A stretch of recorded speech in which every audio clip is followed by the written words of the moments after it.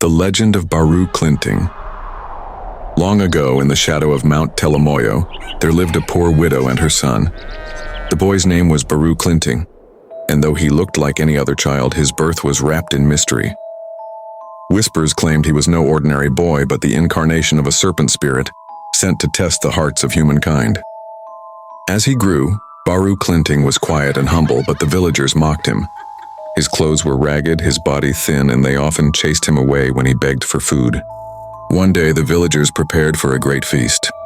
They slaughtered their animals, cooked rice and meat, and sang with joy. The smell of food filled the air. Baru Klinting, hungry and trembling, came to them and asked softly, "Please, may I have something to eat?" The villagers laughed cruelly. Some cursed him, others threw stones, and none gave him a single grain of rice. Only an old woman living on the edge of the forest showed him kindness. She welcomed him, offered a bowl of warm rice, and spoke gently. "Rest here, child. The world is cruel, but the gods see everything." Baru Klinting ate gratefully.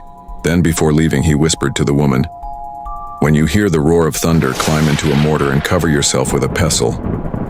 Do not come out until silence returns."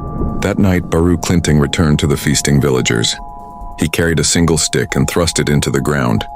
Smiling faintly, he challenged them, "If you can pull out this stick, you may mock me forever." The villagers laughed, taking turns. Yet no matter how they pulled, the stick would not budge.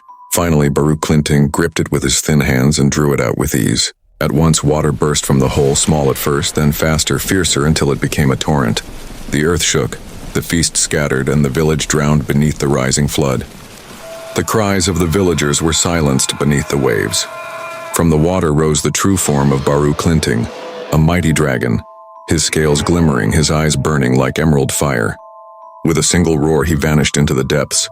Only the kind old woman survived, safe in her mortar, just as Baru Klinting had warned. The lake that covered the land was called Rawa Pening, the clear swamp.